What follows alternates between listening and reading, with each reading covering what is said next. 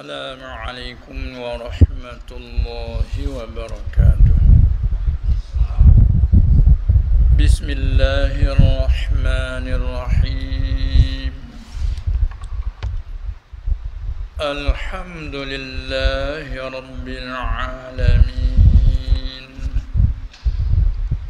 والعاقبة للمتقين،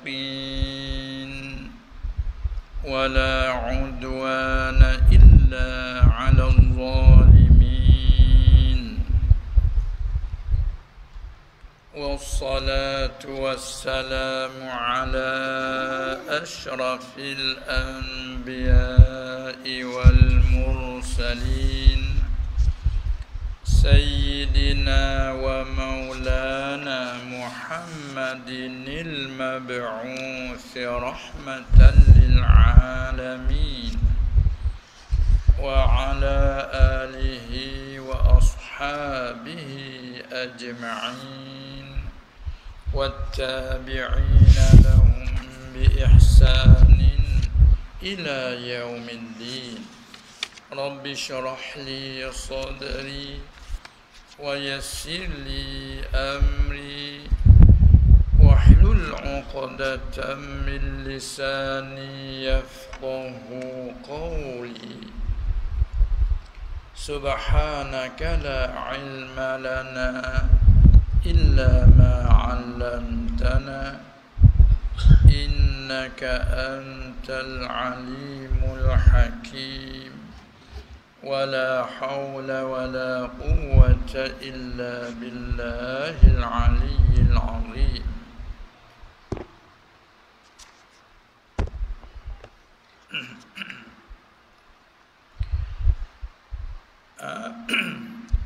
Untuk kita sambung di atas yang telah kita lalui,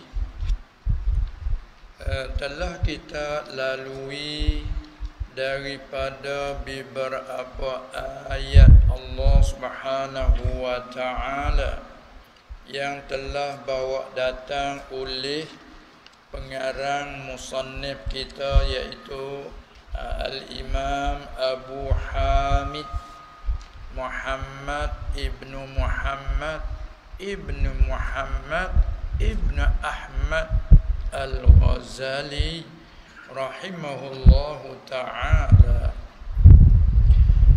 Kemudian dia sambung dengan beberapa hadis. Semuanya itu adalah yang menunjuk di atas kelebihan ilmu syar'i. Apabila ayat-ayat yang menunjuk atas kelebihan ilmu, ia lazim daripadanya apabila kelebihan ilmu mesti adanya di ulama. Maka berlaziman sudah tentulah bila kelebihan ilmu, lebihnya para ulama rahimahumullahu ta'ala. Sebab itulah Imam Ghazali setelah dia mendatangkan beberapa ayat, semua 13 ayat, lalu dia kata di akhir, wa innama zakara zalika fi ma'ridil limtinan.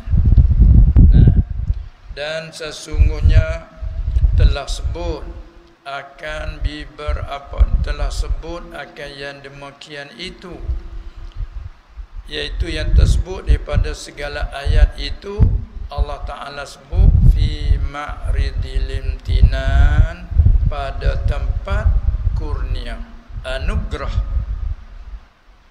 kan, anugerahan daripada Allah kepada sesiapa yang ia kehendak.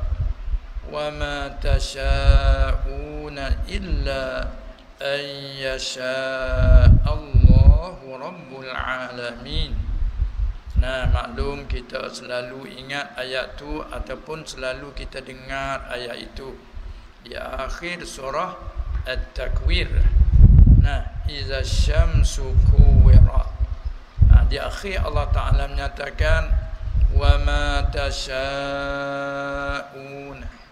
dan tidaklah kamu kehendak akan sesuatu, tidak kamu kehendak illa ayyasha Allah, malaikat bahawa kehendaki oleh Allah, yakni apa kamu kehendak dapat kau tidak dapat terhenti di atas kehendaki Allah.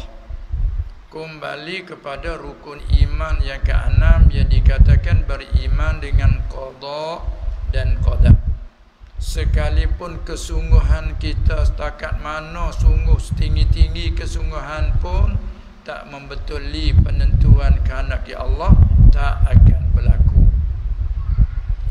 Sekiranya kalau Allah kehendak nak memberikan sesuatu, sekalipun kamu tak mau pun dapat juga. Ini hakikat tu begitu. Waqi' nafsul amri begitu. Membetuli dengan kehendak dan dengan pegangan kita orang mukmin beriman dengan qada dan qadar. Dengan makna semua perkara tak akan berlaku semata-mata, melainkan hanya dengan berlaku oleh Allah. Kan? Itu akidah. Kemudian bila Allah Ta'ala kehendaki pilihkan seseorang hamba dia, maka dia bagilah ilmu laduni di sisinya.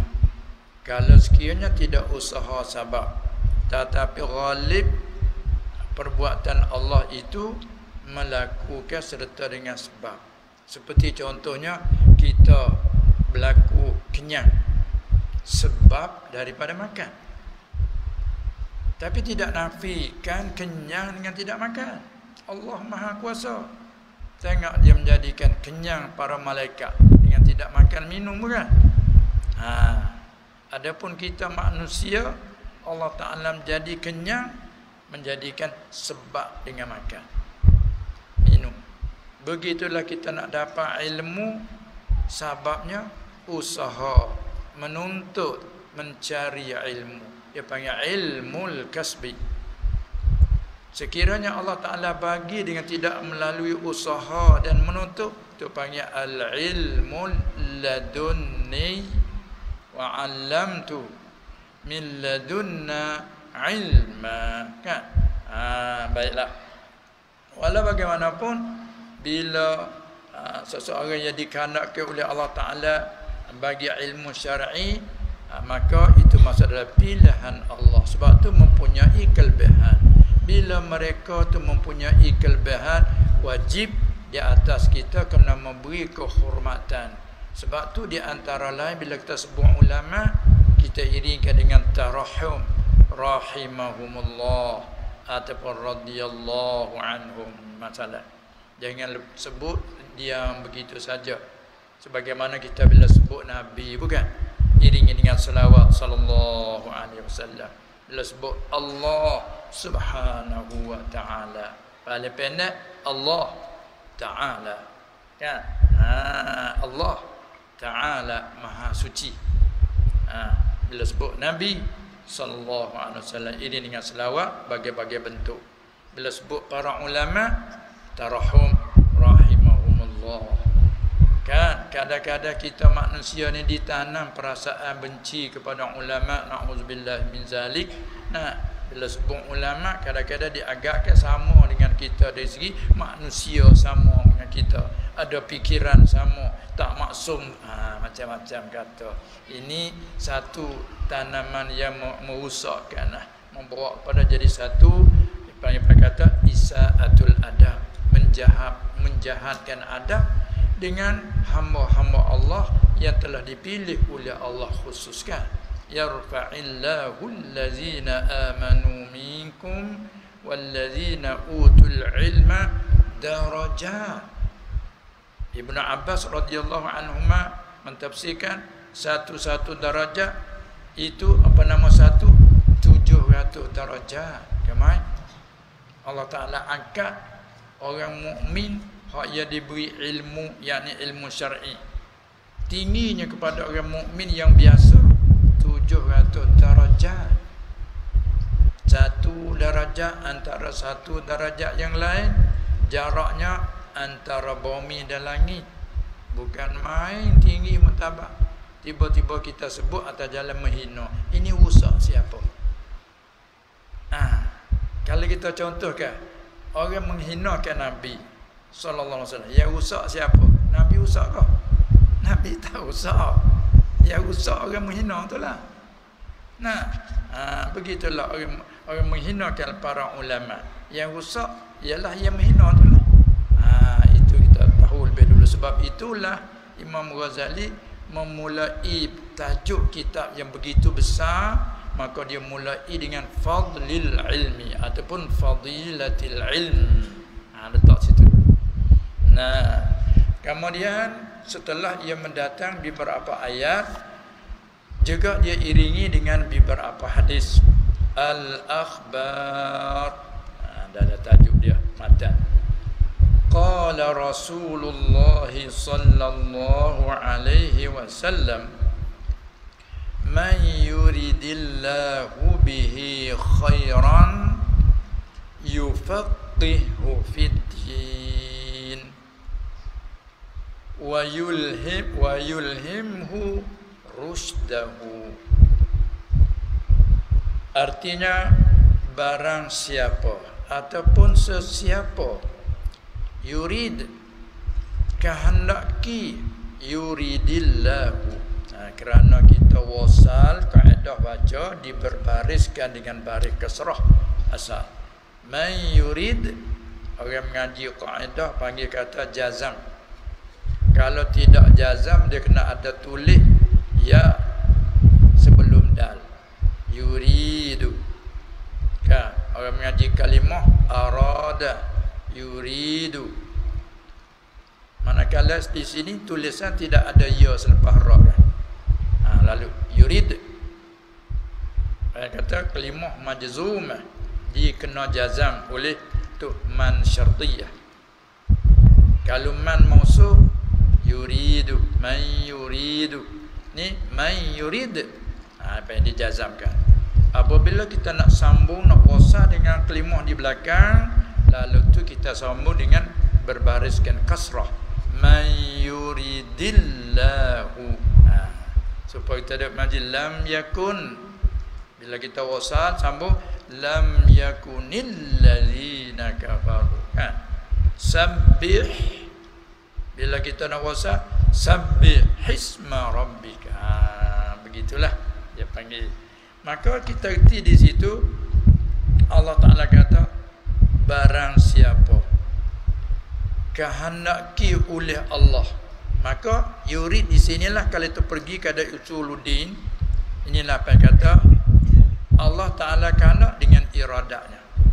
Di sana dalam ilmu akidah, satu daripada sifat yang wajib bagi Allah, bersifat dengannya, tak dapat tidak, kita tak terima pada akal tidaknya sama sekali, iaitu bersifat dengan sifat namanya iradat. Iradatnya pai masdar dia. Arada yuridu iradatan. Iradat.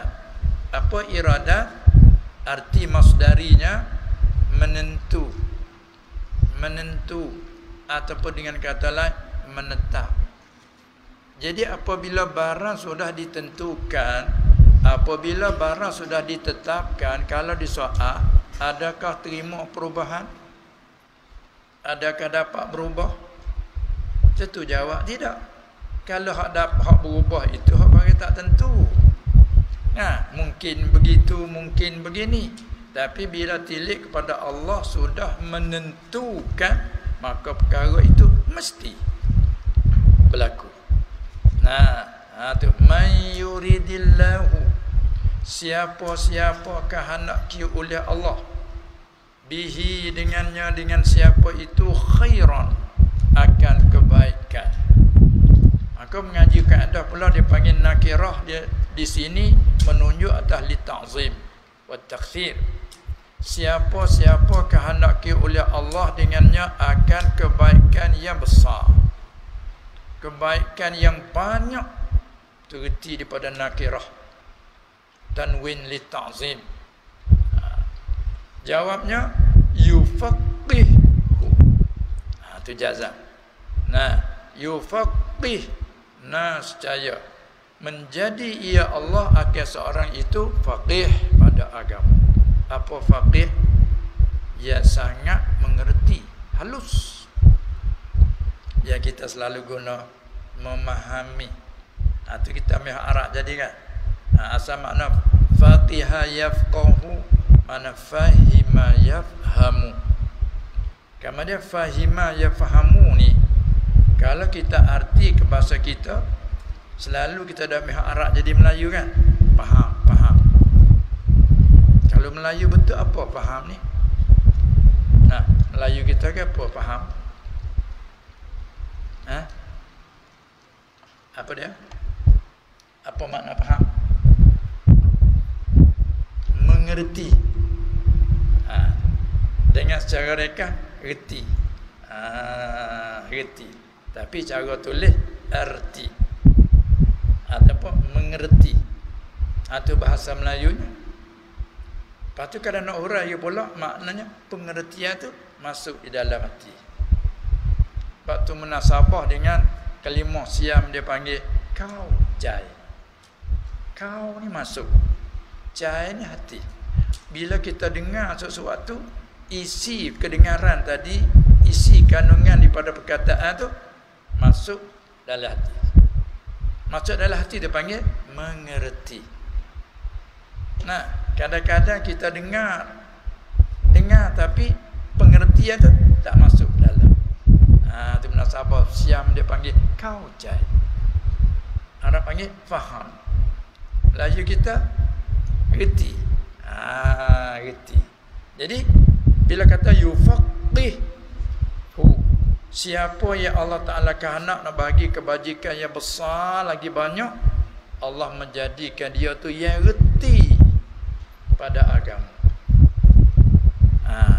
Bertanya, dia tidak mesti akal cergas. Kadang-kadang orang punya akal cerdik, cergas, keduniaan cergas. Siapa boleh buat kajian macam-macam kajian yang mendalami kan kaji, tapi bila kita cakap bab ketuhanan tak erti. Allah teri di situ. Buka satu segi ataupun beberapa segi. Hal ahwal dunia segi erti, tapi bila hal ahwal akhirat tak terima. Allah Ta'ala teri kan. Khatamallahu ala qulubihim. Kuasanya Allah, sedangkan hamba ia semuanya makhluk dia. Nah, kita manusia daripada satu keturunan Adam dan Hawa je, tapi Allah membuka yang ni kepada percaya beriman dengan akhirat, tutup yang ni tak percaya akhirat. Tu dialah maha kuasa kan. Ni kuasa Allah. Oleh itu kita yang terima nasib baiknya Allah pilihkan kita daripada anak cucu Adam yang beriman. Ni syukur kita banyak. Nah, tapi dalam keadaan beriman, ada pula beriman sekedar jalan, kemudian tutup balik. Na'udzubillah min dzalik. Panggil murtad kan. Beriman, akhir murtad. Ada juga. Semoga-moga kita, iman kita ditetap oleh Allah Subhanahu Wa Taala.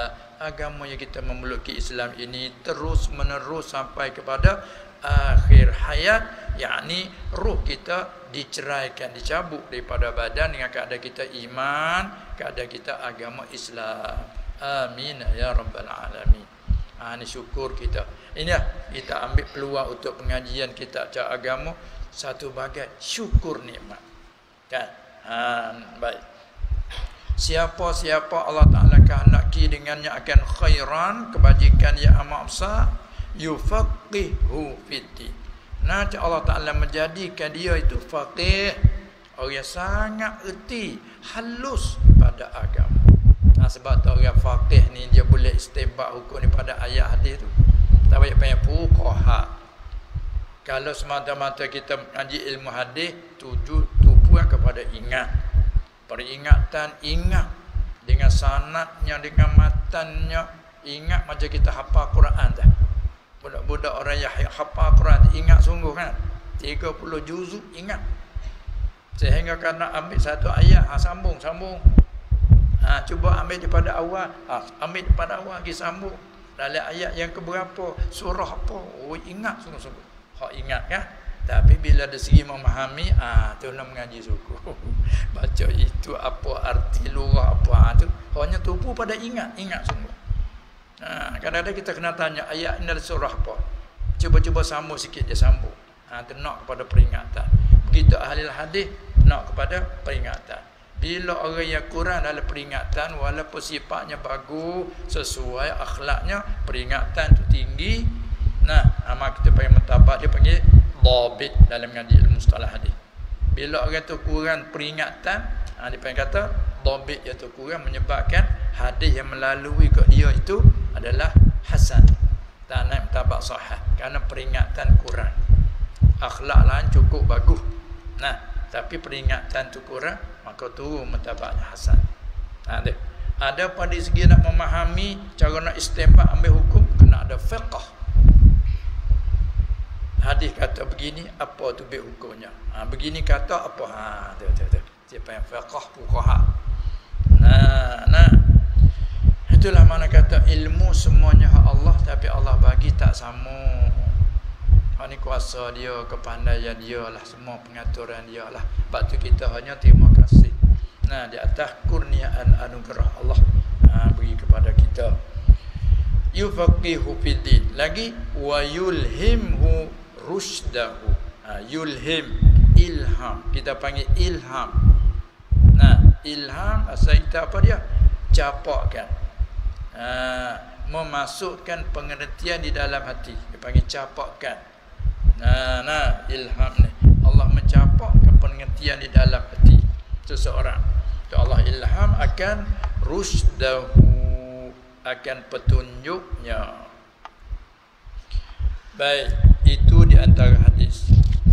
Yang pertama, hadis berikut, wa qala Nabi sallallahu alaihi wasallam, al-ulama'u warasatul anbiya'i.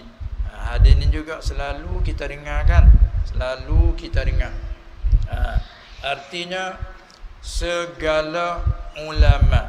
Ulama kita ambil kalimah Arab juga dijadikan ulama. Kita panggil kita ulama. Tapi kalau kita kembali kepada asal pengertian kita, ulama jamak, kalimah kata-kata jamak, mufradnya alim. Alim dengan sirah mubalaghah. Bermakna kata, kalau kata alim, orang yang tahu. Orang yang tahu panggil alim. Sama ada tahu sedikit, banyak, umumnya alim, orang yang tahu. Kamu tahu tak masalah? Tahu. Kamu kenal tak yang tu? Kenal. Alim, arif. Sekadar tu. Tetapi bila kata alim, terjemahan lain. Yang amat mengetahui. Itu biar amat mengetahui. Itu beza. Kalau alim, yang mengetahui, yang tahu. Bila kata alim, yang amat mengetahui. Erti kata dia tahu ni maklumat banyak sangat. Manakala jamak ulama, mana orang-orang yang sangat tahu dan pandai dan bijak. Sebab tu kalimah ulama ni umum, sama ada yang bijak pandai orang Islam ataupun yang bukan Islam. Di segi lurah panggil ulama, hukama, orang bijak pandai. Bijak pandai, hukama. Tapi bila murah dalam kitab pengajian kita ni, ilmu bila itlaq disebut kelebihan dalam hadis ayat ialah ilmu syar'i. Ilmu yang berkaitan dengan Quran, hadis, usuluddin, fiqh, tasawuf. Tu murah. Tapi di segi lugah, orang yang sangat pandai panggil alim. Orang sangat bijak, hakim. Itu di segi lugah. Maka umum sama adanya yang Islam dan yang bukan Islam. Panggil orang yang amat bijak, pengkajian yang bijak, boleh kita panggil di segi lurah. Tapi murak bercaraan kita, yakni hakim, alim, pandai-pandai ilmu syar'i. Ini kita bercara ni. Nah, inilah yang dikatakan warasatul anbiya. Warasah, orang mengaji juga kelima panggil jamak daripada mufrad waris. Waris. Kita juga ambil capur tu. Arab jadikan Melayu pewaris. Tu capur kan. Tapi kalau terjemah betul-betul, waris ni apa? Kita nak panggil pewaris ni. Apa dia? Bukan keturunan. keturunannya anak bin. Bapaknya hanya terus naik. Itu panggil nasab keturunan. Ini bila waris. Kita selalu sebut pewaris. Sebut selalu kan. Tapi kalau kita arti apa waris ni? Yang dapat pesaka. Itu panggil pesaka. Masalah seorang menikmati meninggalnya beberapa harta benda, maka anak di antaranya kan dia dapat menerima pusaka. Pusaka tak apa pula pusaka, peninggalan. Kita biar arti satu ke satu. Tu nak jadi fiqh sungguh tu. Baru dia tu biar halus dalam bicara ilmu. Kan? Bahasa ni satu-satu alat ilmu. Melayu dah tu kena ada huraian pula. Terjemah ni pada Arab waritha, yarisu, wirasa. Wa waritha Sulaiman Daud, dan telah mempesakai oleh Sulaiman akan Daud ayahnya. Pesaka apa tu? Pesaka nubuwah. Dan juga Nabi Zakaria alaihissalam setelah ia usianya ratusan, lebih dah 100, maknanya sampai kepada tahap pada adatnya tak melahirkan anak dah, tak dapat anak dah, sampai habis masa beranak dah, maka dia sangat rindu kepada anak. Dia bermohon kepada Allah Subhanahu Wa Taala, walaupun mustahil pada adat, pada akal tidak mustahil, kerana Allah Maha Kuasa kan. Lalu Nabi Zakaria berdoa minta dengan Allah, zikru rabbika abdahu Zakaria iznada rabbahu nidaan khafiyya, kan? Apa dia minta? Dia kata, wahai Tuhanku, sungguhnya aku ini sudah pun lemah segala sendi tulang, kinayah daripada tua umurnya, dan pula sudah washta'ala ar-ra'su syaiba, sudah bertaburan kepalanya ubat, mana sudah berhamburan dah ubat, tua sangat dah aku ni. Tapi dia sangat mohon kepada anak. Oleh itu fahabli min ladunka waliya, aku berikanlah dari sisi engkau wahai Tuhan akan seorang anak wali, yarisuni wa yarithu min ali Yaqub, yang mempesakai dari aku dan daripada keluarga Yaqub. Apa pesakai? Pesakai nubuwah. Dengan doa Nabi Zakaria tadi alaihissalam, Allah makbulkan doanya, lalu Allah memberikan anaknya nama Yahya, kan? Nabi Yahya. Itu tempat anaknya pusaka. Apa makna pusaka? Asal pusaka juga ulama memberi tarikh, ma tarakahul mayyitu, barang yang telah tinggalkan oleh si mati. Maka apa barang yang telah tinggal? Tu panggil peninggalan. Maka peninggalan hak tu, peninggalan zahir, harta benda. Bila mati meninggalnya tanah, kebun, mata wang, itu panggil peninggalan zahir. Hak tu dijalankan dengan cara syariat zahir. Bagilah pusaka mengikut syariat zahir. Satu lagi pusaka ilmu. Pusaka ilmu ni Allah Ta'ala pilih nak dapat pada siapa. Kadang-kadang ayahnya seorang yang alim, terbesar, tapi beberapa orang anak tak dapat pun pusaka ilmu. Kadang-kadang melahir daripada cucu, naik cucu pula, dapat menerima pusaka ilmu daripada neneknya. Ini masalah tak sama dengan pusaka hak zuhir. Pusaka hak zuhir dibagi turut syariat, dipanggil ilmu faraid, bukan? Itu maksud tawarikh.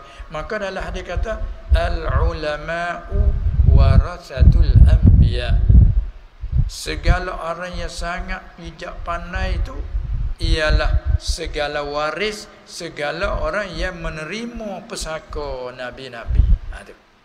Sedangkan harta orang nabi-nabi bila dia meninggal dijadikan masalihil muslimin.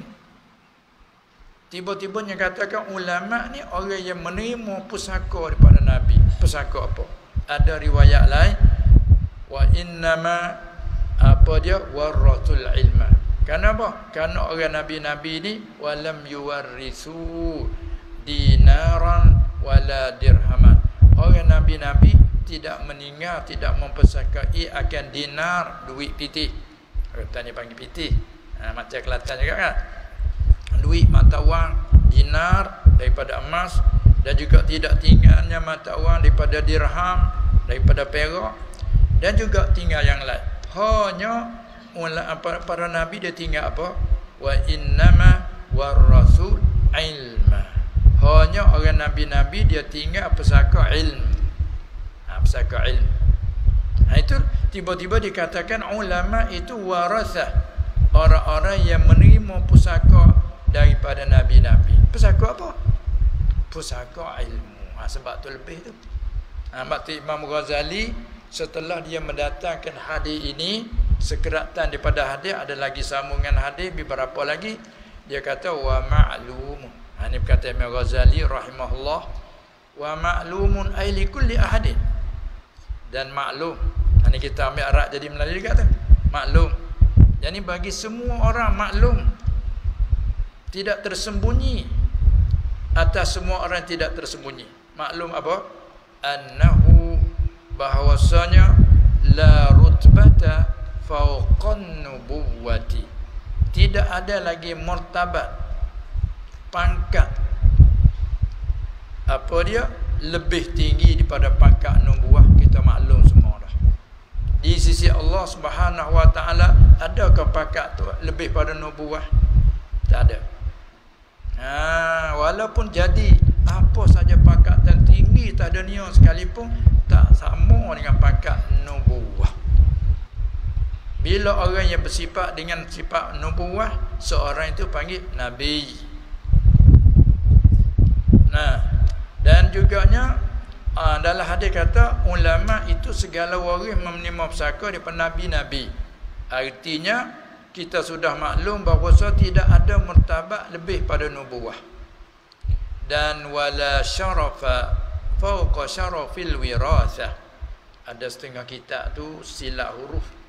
Ada dia tulis waw lepas pada tulis alif lepas pada waw. Warisah. Yang betulnya wirasah. Kalau ada pegang kitab Arab tu. Wala syarafa, maklum bahawasanya tidak ada kemuliaan lebih tinggi daripada mulia menerima pusaka. Baik.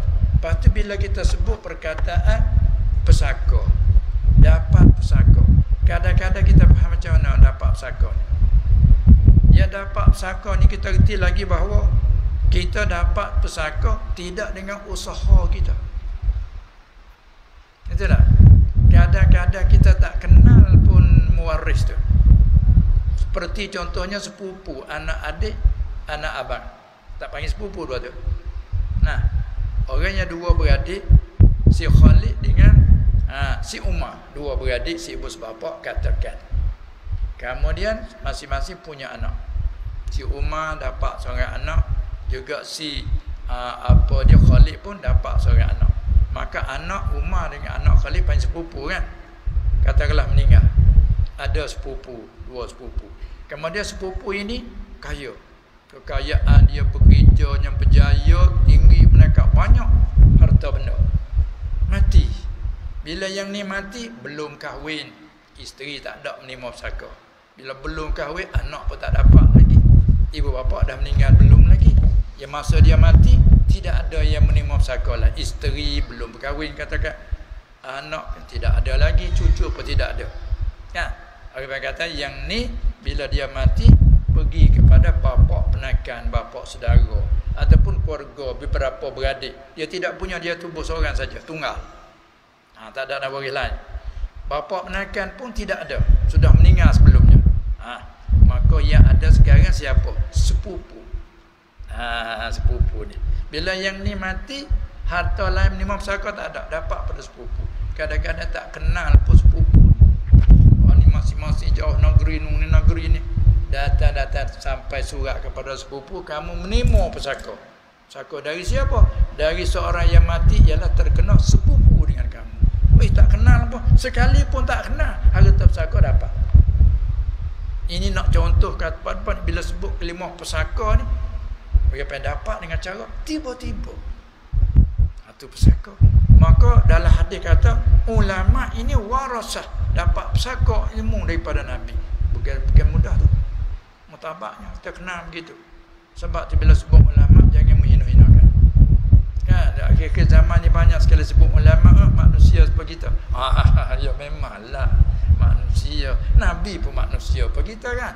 Jangan itu memberi artikan menghina dan merendah mutabak. Jangan. Dalam hadis sebut bukan main tu kalimah dia guna. Al ulama warasatul anbiya. Ada pun pusaka dapat daripada ayah tak ada mesyiki, tak nanti ulama pun. Kan? Pusaka harta tu ni pusaka ilmu. Maka dapat pusaka artinya pemberian pilihan dari Allah, bukan biasa. Walaupun sebab daripada belajar guru ke guru, tapi Allah Ta'ala memberikan ilham kepadanya sampai beliau istinbat hukum hakam daripada Quran dan hadis. Walau zaman ke akhir zaman pun boleh istinbat hukum. Ini bukan biasa. Sebab tu kita kena hormat. Maka ada ulama juga dibandingkan macam lapu gini. Lapu ni kita sangat perlu pada lapu kan. Bagaimana di kampung tidak ada lapu, Allah. Tak suka duduk kita. Gelap. Itu dia. Gelap dalam kampung tu, gelap malam pula. Gelap pada hati pula. Tak ada alim ulama duk mengajar agama. Gelap beberapa gelap. Sebab itu guna zulumat. Inilah dikenal kedudukan ulama, kelebihan mereka kerana mereka punya ilmu laduni dari Allah Subhanahu Wa Taala, ilmu yang diilham oleh Allah kepadanya. Maka mereka ini adalah pilihan Allah. Sebab tu kita hidup di akhir zaman ni, walaupun dah 1400 lebih dah jarak peninggalan Nabi sallallahu alaihi wasallam dengan kita ini, ketinggalan dia, tapi oleh kerana kita duduk dalam lampu, alhamdulillah. Di hari ni kok jalan mana dalam bandar, Allah lampu. Kalau kita duduk atas kapal kan, kita lihat turun ke bumi, macam kita lihat ke langit macam bintang. Lihat tu Allah bandar, bila kapal lalu ke bandar kita tengok cerah. Ni bandar terbesar, lampunya. Demikian kita duduk di bumi, lenggak ke langit, cerah bintang-bintang di langit. Itu ibarat. Ini kata nasib baik kita masih ada lampu. Cuba lampu tidak ada lagi, Allah. Setengah-setengah tempat kan, walaupun ada lampu cerah dunia saja. Lampu akhirat tidak ada, Allah. Na'udzubillah min zalik. Inilah kita kenal kedudukan ulama. Semoga-moga dengan kita kenal begini, kita hormatkan. Bila sebut kalimah ulama, kita doakan. Bila kita doa, semoga Allah rahmat, juga doa tu kembali kepada diri kita sendiri.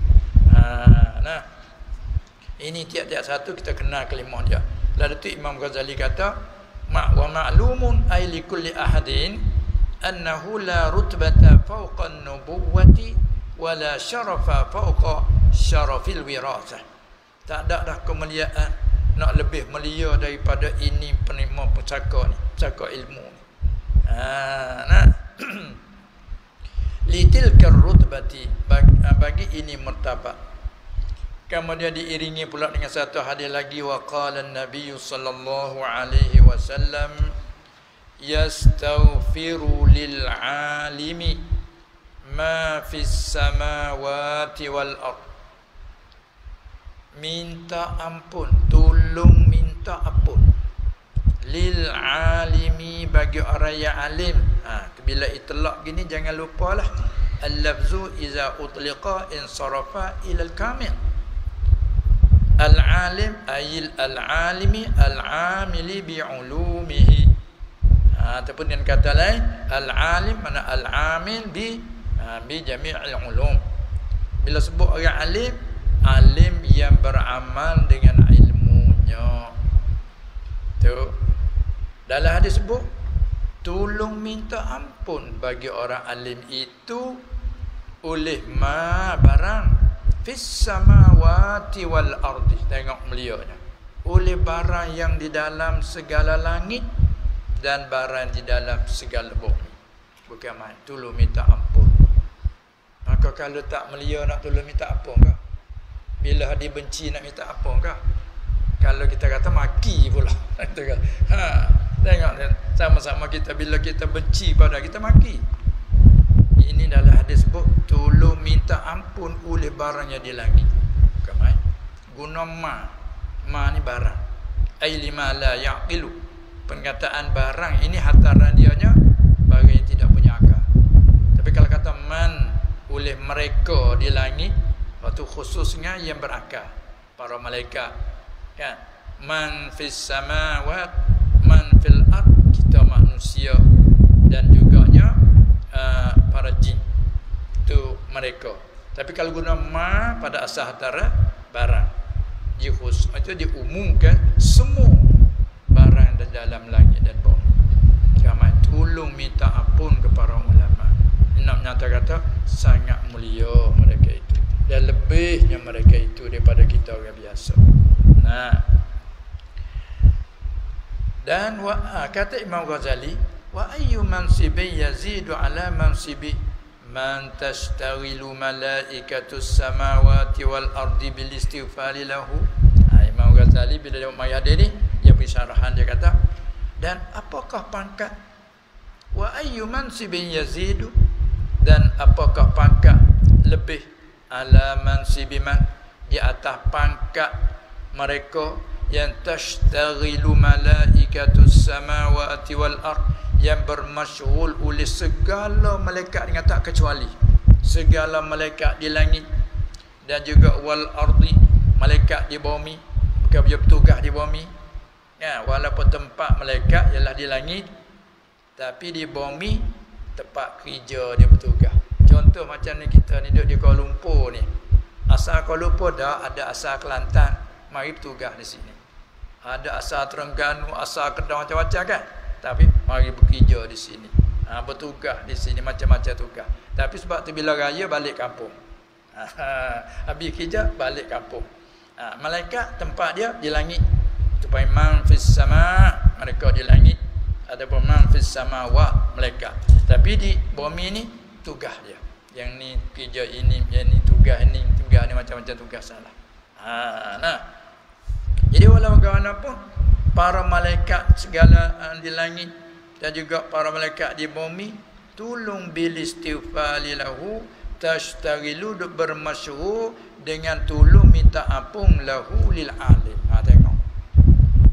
Walaupun kita manusia yang duk menguduhkan ulama, seolah kalian kata baiklah kamu nak menguduh ulama, para malaikat semua tolong minta ampun. Kali kena nak menang siapa? Para malaikat duk tolong minta ampun pada ulama, tapi kita duk menguduh ulama, menang siapa kalau kira? Kamu dengan malaikat. Salahnya kita dah. Malaikat ni hamba yang bersih, la ya'sunallaha ma amarahum wa yaf'aluna ma yu'marun. Ibadur Rahman. Malaikat ini segala hamba Tuhan yang bersih, tak deraka akan Allah sedikit pun, dan mereka buat apa yang diperintahkan mereka. Maka yang bersih tolong minta ampun pada ulama kerana kelebihan. Data kita sama manusia duk mengkejikan. Itulah. Itu perlu kita fikir. Kalau kita libat dengan duk memaki celak ulama, perlulah kita kepada bertaubat. Jalan yang terbaik. Tak ingat, tak malu kita. Para malaikat meliung-liung, tidak ada tahu bilangan. Wala ya'lamu junuda rabbika illa hu. Allah Ta'ala sifatkan sendiri, tak siapa tahu kan tentera Allah ini tu begitu ramai, malaikat hanya Allah jua tahu kan. Hanya kita wajib intikak bagi Allah beberapa malaikat yang banyak tak terhingga di isi kita. Kemudian mereka semua tu duk tolong minta ampun pada ulama, orang alim yang beramal. Itulah di antara ni Imam Ghazali kata, wa ayyu mansibin, apakah pangkat nak lebih pada tu? Tentu kita jawab, tak ada lagi. Tak ada lagi. Wa ayyu mansibin yazidu ala mansibi man tashtaghilu malaikatus samawati wal ardi tashtaghilu bil istighfari lahu. Itu rupa soal. Maknanya tidak ada lagi pangkat nak lebih pada itu. Fahuwa masyghulun bi nafsihi wa hum masyghuluna bil istighfari lahu. masya-Allah. Maka orang yang alim itu mereka bermasyhur dengan diri sendiri. Dia ada amal dia, dan juga dalam mengarang, dalam membina nasihat, tunjuk ajar jalan yang baik, tu dia masyhur dengan diri. Tapi para malaikat masyhuluna bil istighfari lahu. Para malaikat duk tolong minta ampun. Tengok kita ke dalam ucapan menghadapi orang besar, kita selalu guna ampun tuanku. Nak selalu kata kan? Tu. Kerana dia terhormat, tersebut ampun tuanku. Kita nak ucap satu-satu ucapan mulai dengan ampun tuanku.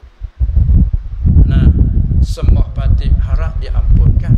Ampun tuanku, beribu-ribu ampun. Tu kalimah terhormat. Sebab apa dia ucap ampun tuanku apa? Kerana dia besar, mulia, selalu disebutkan ucapan tu. Sebelum nak mulakan minta ampun. Begitu para malaikat dia minta ampun dengan Allah Subhanahu Wa Taala. Kalau mereka ada salah silap, ampunlah. Mereka ada tolong minta ampun. Lagi pula salah ulama dalam mengijtihadkan itu bukan berdosa. Pahala. Jangan ingat kias macam kita ni, kita orang tidak ni kalau salah berdosa. Sebab tu man fassara al-Quran bi ghairi ilmin falyatabawwa maq'adahu minan nar. Siapa mentafsirkan Quran dengan tidak ada ilmu, maka di tafsir itu salah dah sekalipun betul. Kerana kita bukan keahlian. Tapi bagi orang yang mujtahid, siapa berijtihad betul pada wakil, dapat baginya dua pahala. Pahala ijtihad dan pahala betul. Nah, sebaliknya, dan jika berijtihad sedangkan mereka ahli dalam ijtihad, silap pada wakil, pada diri perkara, maka dapat satu pahala. Berdosa tak ada. Pahala ijtihad, pahala betul tak ada lah. Berdosa tak ada. Itulah supaya main, itulah pemain-pemain tu bila dijemput dengan resmi, bukan? Berapa orang pemain? 30 pemain. Maka semua pemain tu dapat hadiah, bukan? Kalau menang, lagi banyak pula hadiah kemenangan tu. Ni hadiah dalam kena jemput main tu. Supaya orang jemput masalah tilawah, musabaqah li tilawatil Quran kan. 30 peserta katakanlah. Semua 30 peserta dapat hadiah. Hingga dalam 30 peserta tu, siapa dapat Johan? Hadiah Johan tu pula. Siapa nak Johan? Napa Johan yang kedua, Johan yang ketiga? Tu tambahan-tambahan di atas. Adapun semua tu hadiah dapat. Ni pun begitulah bila sampai pelakar ulama mujtahid, mereka berijtihad, dapat beberapa masalah. Kalau khilaf, tengok khilaf. Bila khilaf, mungkin yang betul hanya satu katakan. Maka yang betul tu dapat pahala betul tu pula. Tapi hak salah dah ijtihad, berdosa tak ada. Ini kedudukan ulama. Pak kita orang awam wajib atas kita ikut ulama. Kita ikut ulama, maka kita kerja bagi wajib. Kalau salah di sana pun kita tak ada salah, kerana wajib atas kita ikut mereka. Tak ada ragu-ragu lagi. Ada setengah nak ajar macam mana? Kita jangan ikut ulama, kerana ulama tak maksum, tak seperti Nabi. Mungkin salah, mungkin silap. Kalau mereka salah, kita ikut yang salah, salah lah. Betul lah ikut yang salah tu salah, tapi berdosa dah. Kita ikut tu wajib, tak kita kena ikut. Mereka tu wajib, tak mereka berijtihad. Tu ikut lah. Jadi ala kuliah tak ada syak dan tak ada ragu lagi. Bila mai dengar hadis-hadis macam ni, ini nak menunjuk kelebihan mereka itu. Baik. Itulah. Kemudian ada satu riwayat lagi, hatta sampai ke mana? Ada riwayat hatta al-hita, sehingga ikan-ikan di laut tolong minta ampun. Sebab apa? Binatang-binatang tolong minta ampun. Ulama mai hurai pula kata sebab apa? Hatta binatang tak berakal pun tolong minta ampun. Kerana mereka juga selamat disebab daripada ulama. Menerima pesaka daripada para nabi sallallahu alaihi wasallam. Makanya dalam ajaran kita, tengok, kalau binatang-binatang, kita mengaji dalam bab binatang, haram kita membunuh ke binatang dengan tidak ada darurah. Kan? Tak boleh kita nak membunuh ke dia dengan tidak ada menyakiti apa-apa. Bila kita tahu begitu, kalau dulu selalu kita membunuh binatang, bila tahu, kita tak bunuh dia, maka dia selamat. Itulah dia minta ampun kepada para ulama. Kadang-kadang kita membazirkan apa itu ini. Bila mengaji agama, kita apa dia? Enak daripada itu. Tak nak. Itu menyebabkan mesti daripada ulama. Gak ilmu ulama yang menerima dari siapa? Daripada hadis Quran kan. Ini sebab itulah kedudukan dia tu diminta ampun oleh binatang-binatang. Tu makna kata ma fis samawati wa ma fil ard. Barang di dalam bumi, bukan hanya manusia, bukan mana hanya jin yang berakal saja. Yang tak berakal pun tolong minta ampun juga. Ini kedudukan mereka itu ulama. Kata lagi, wa qala an-nabiy sallallahu alaihi wasallam innal hikmata tazidu syarifa syarafan wa tarfa'ul mamluka hatta yudrika madarikal muluki. Masya Allah. Apa arti? Sesungguhnya hikmah. Hikmah ni banyak diartikan. Hikmah dengan makna al-ilmun nafi', tu panggil hikmah. Dan al-hikmah juga dengan makna wad'u syai' fi mawdi'ihi. Dan hikmah juga ditafsirkan dengan Al-Quran. Banyak hikmah juga ditafsir dengan al-adlu. Adil. Adil saksama.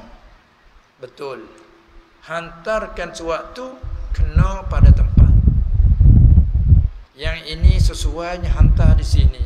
Yang itu sesuainya hantar di situ. Dia panggil hikmah. Itulah tu baik main kelimanya. Bijak pandai. Pada mengaturnya, pada mengurusnya, pada kerjanya, cara menghurainya. Itu pada hikmah. Kan? Hingga sampai Allah Ta'ala sendiri perintah terhadap Nabi sallallahu alaihi wasallam, kamu panggilkan manusia, ajak seru mereka itu kepada beriman, tapi ajak secara hikmah. Ini payah hikmah.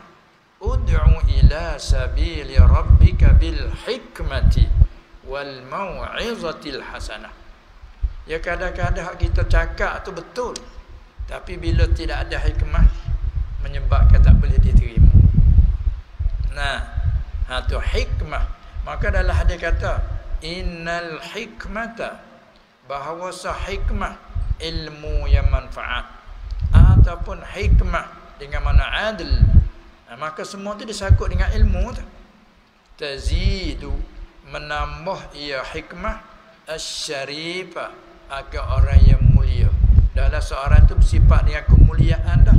Kemuliaan dari segi nasab keturunannya, kemuliaan dia dari segi punya hartanya, kemuliaan dari segi rupa bentuknya. Jadi orang mulia ni banyak bagian kan.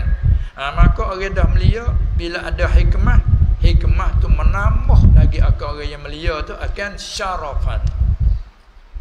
Tengok contoh, orang yang rupanya cantik, rupanya elok, satu kelebihan dah kata. Nak sebab dengan yang tak cantik lebih dah dia.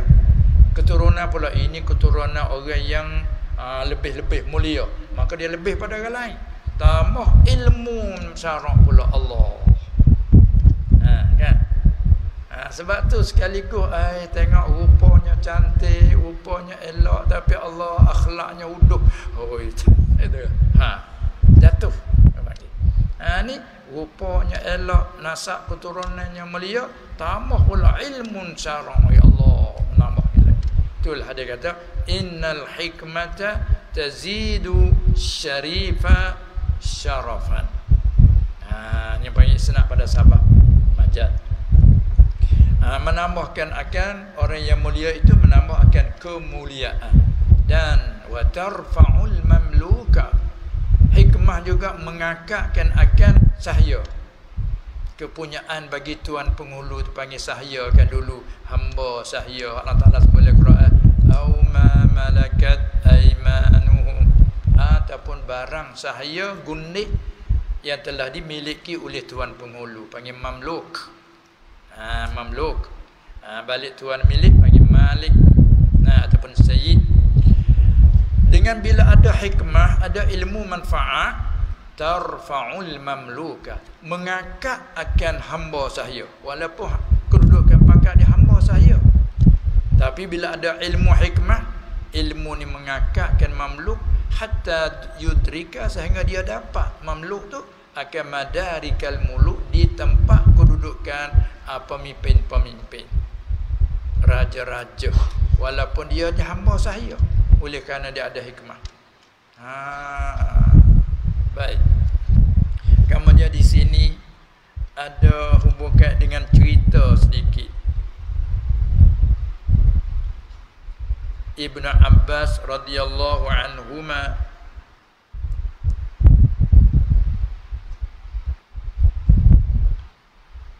ada cerita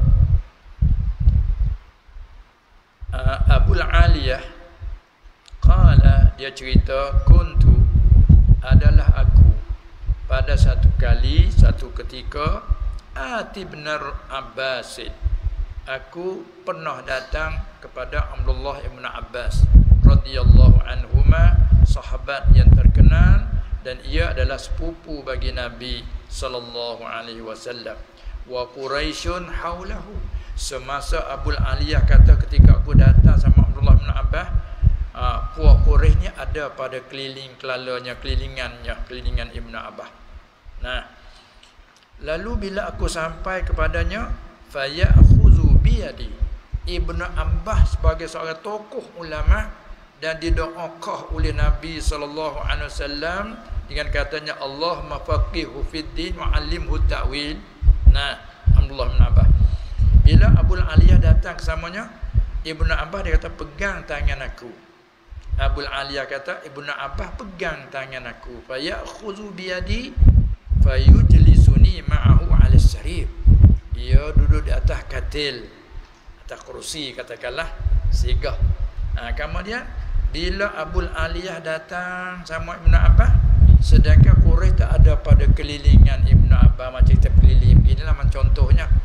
Kemudian bila aku datang kepadanya, Ibnu Abbas pegang tangan aku, akakkan aku duduk di atas sarit bersama-sama dengan Ibnu Abbas.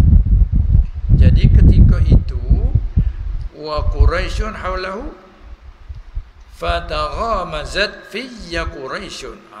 Quraisy tengok berasa ajib, kita duduk kelilingan Ibnu Abbas sebegitu lama. Bila datang Abul Aliyahnya, akak Abul Aliyah letak sama dengan dia. Lalu puak Quraisy tengok kepada kamu antara satu sama lain, apa dia panggil dia kuning-kuning. Gitu. Sebenarnya suatu perkara yang rupa, kita panggil apa tu? Mari suatu perkara ajib lah, luar biasa kan. Kita semua duk lama tak ada jemput kita. Abu Aliyah mari bila jemput. Macam mana? Gitulah. Dia cerita. Kemudian apabila begitu berlaku, lalu fawattana lahum Ibnu Abbas faqala, nampak dia kenal, nampak Quraisy tengok supaya lahir ke suatu tak puas hatilah. Nah, yang kami sedang berada dalam majlis, datang seorang baru datangnya, akak letak di atas sarit. Nampak tak puas hatilah. Lalu Ibnu Abbas kata, hakaza. Bila dia buat begitu pada Abul Aliyah, dia kata, hakazal ilmu yazidu syarifa syarafan. Inilah ilmu, kata dia. Sebab ada pada Abu Aliyah ni, walaupun dia bukan Quraisy, katakanlah di segi nasab dia bukan tinggi macam kamu, tapi ada apa di dia? Ada ilmu nafi' al-hikmah yang ada padanya. Inilah mengakakkan dia lebih pada kamu. Sebab tu aku ambil dia duduk tak kursi sekali dengan aku. Masya Allah. Dia beri kenyataan. Itu dia hurai makna hadis tak indah. Ibn Abbas kata, hakazal ilmu yazidu syarifa syarafan wa apa dia ni wa yujlisul mamluka alal asirrah. Ilmu inilah mendudukikan seorang hamba boleh duduk di tempat yang sama dengan malik. Tengok. Apa salahnya kalau seorang raja, seorang sultan, dia duduk tempat tinggi, tiba-tiba datang seorang hamba menghadapnya. Walaupun kita kata orang-orang kelebihan di hadapan dia semuanya, tapi bila datang seorang hamba yang cacat, katakan pula, mari. Bila dia tengok, ya, mari. Letak sama dia Allah, artinya orang ni orang terhormat. Bila seorang sultan buat begitu kepada orang yang pada zahirnya cacat, kita juga turut hormat. Kenapa? Ini orang kehormatan sultan. Itu dah. Kalau kita di sana, bila agung mai hadiah suatu kad besar ni je, 3 jari saja kad hadiah, Apa kata, yang ni ada hadiah anugerah daripada raja. Semua orang hormat walaupun cacat. Kalau yang belum tahu kata ada kehormatan, menghina-hinakan. Tapi orang cerita, ingat mudah menghinakan dia. Ini apa ni?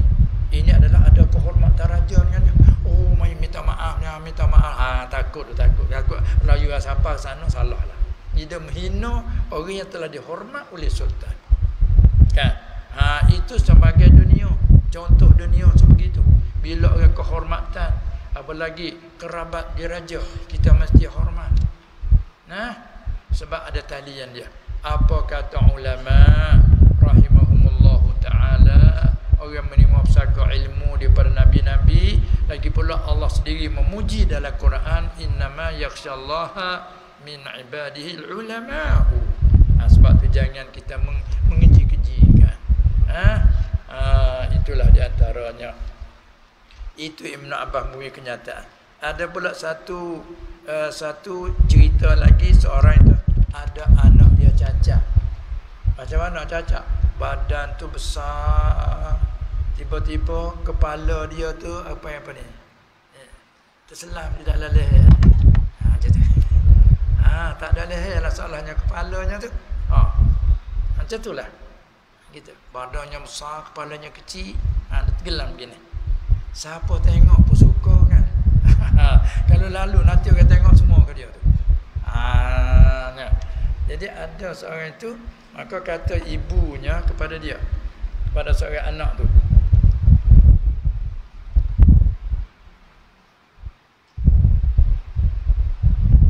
ni cerita, wa kana Muhammad bin Abdurrahman, ada seorang yang bernama Muhammad bin Abdurrahman al-Awqas, unuquhu dakhilun fi badanihi. Leher dia ni termasuk di dalam badan. Kita panggil apa dia? Orang petani panggil kelong. Tegak dia tu pendek, jadi masuk dalam badan. Cuma seolah kata kalau dia nak emannya dia hola tu. Baru tu biar leher dia. Kalau hidup gini kak, macam kurau. Tu ke? Nak tahu kurau itu kenal? Sini panggil apa? Panggil apa? Kura-kura. Kura-kura. Kura-kura kan? Macam kepala dia. Dia boleh pendek kan? Bila agak sentuh dia, dia ular kepala tu. Petani panggil kelup. Sini panggil apa? Tak ada bahasa. Tapi tak ingat, bukan tak ada kan? Tak jumpa cari lagi. Orang petani panggil, dia boleh buat kelup kepala dia. Allah keluar tu dia keluar masuk. Tu petani panggil gitu. Allah keluar masuk. Maka seorang budak ni ajib pelik Allah Ta'ala menjadikan dia unuquhu dakhilun fi badanihi. Leher dia ni masuk di dalam badan. Kelok lah macam kurang lah.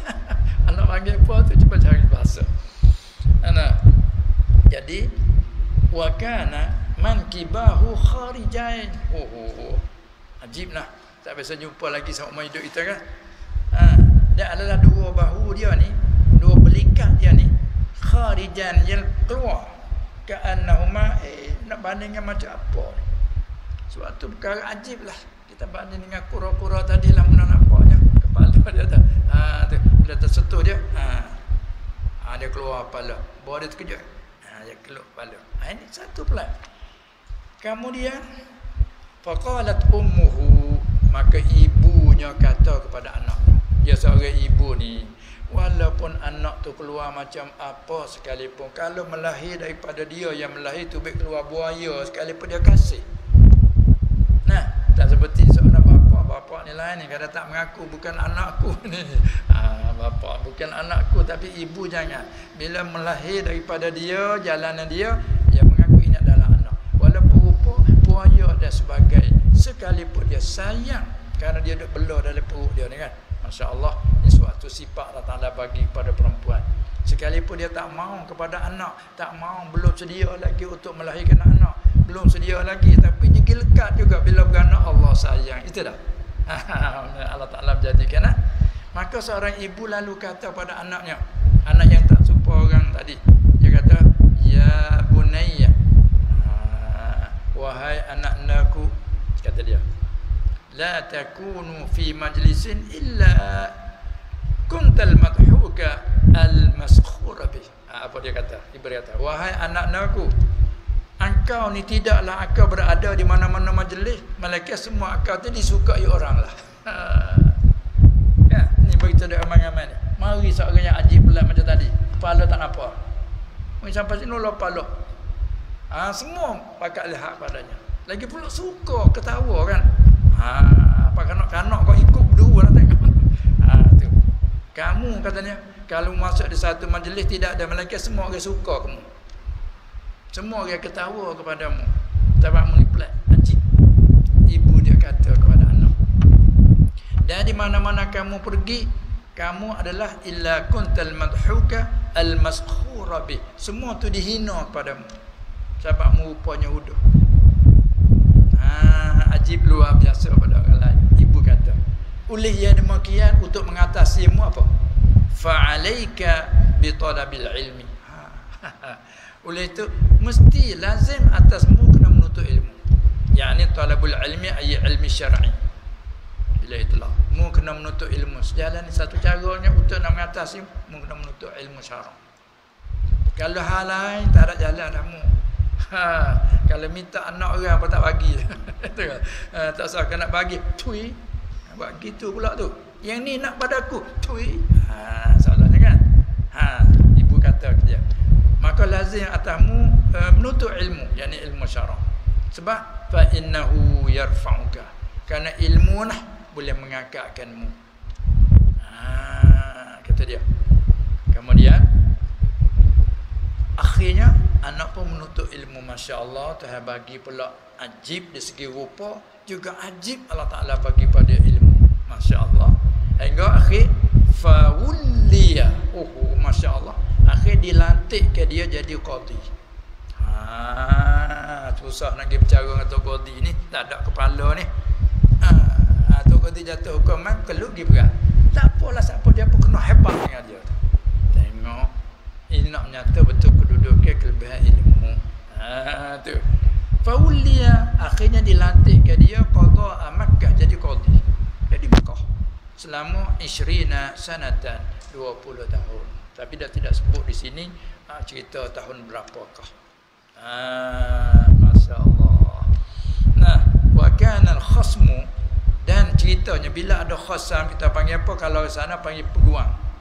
Bila ramai peguam ya, ada bergulawan, yang ni mengadu, Khalid mengadu si Umar 1 2 3, maka dia panggil khasam. Khasman, dua orang yang bergulawan. Orang petani panggil peguam. Peguam. Sini panggil apa? Ada bicara di mahkamah. Nah, tu dia panggil khasam. Umar mengadu bahawa si Khalid buat zalim kepada dia. Ada impit ambil tanah dia. Tipu harta dia. Umar kata tidak. Khalid akhir sampai pada naik mahkamah. Maka dua tu ada panggil khasmain. Pada asal lurahnya dua orang yang berlawan dalam pengaduan. Lalu tu orang petani kata bergulawan, sama di situ lah. Baik. Dia nak cerita kata wa kanal khasmu iza jalasa baina yadayhi. Balik orang yang dia naik mahkamah tadi, bercara di mahkamah. Apabila ia duduk di hadapannya, hadapan bagi qadi yang nama Muhammad tadi tu. Nah, ya ra'adu hatta yakum. Jadi tu rasanya gerung. Gerung bila menghadap dengan qadi, gerung takut berdebar-debar. Tengok yang kepala keluk tadi tu. Jangan. Allahu Akbar, hebat kerana ilmu dia, ikhlas dia, bersih dia, lurus hati dia. Allah Ta'ala hebat kepada yang lain, berasa gerung. Nah, itulah apa ni? Dia menyatakan kelebihan ilmu syar'i. Cuma dalam cara adab kita, dalam kita nak menuntut tu, jangan kita niat nak sebegitu. Tetapi wakil dia akan dapat begitu. Tapi dalam kita menuntut, jangan kita niat begitu. Hanya kita niat semata-mata kerana Allah. Nah, kita menuntut kena ilmu kerana fadlan min Allah wa ridwanan, kerana menuntutkan keredaan daripada Allah Subhanahu wa taala. Bukan kita tutup mau kepada karamah. Bukan kita tutup supaya disanyungi. Jangan. Itu ada hadis lain pula. Dia panggil hadis tarhib. Barang siapa keluar dari rumah menuntut ilmu supaya apa dia tu membantah ulama. Menuntut ilmu supaya apa dia membantah orang awam. Menuntut ilmu supaya dihadap semua masyarakat muka hadap kepadanya aja. Ataupun supaya mencarikan keduniaan. Maka itu datang pada hadis dakhalanna 3 kali Nabi ulang sallallahu alaihi wasallam. Ni panggil tarhib supaya ingat dalam kamu nak menuntut ilmu syarak itu Allah perintah, tapi niat kamu jangan niat begitu. Tapi waqi' bila kamu dapat dengan sungguh hatimu, begitulah Allah Taala bagi untuk orang kelebihan bagi orang mereka itu. Itu saja. Baik, nampaknya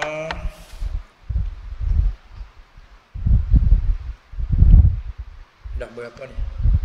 Hampir sejam lah.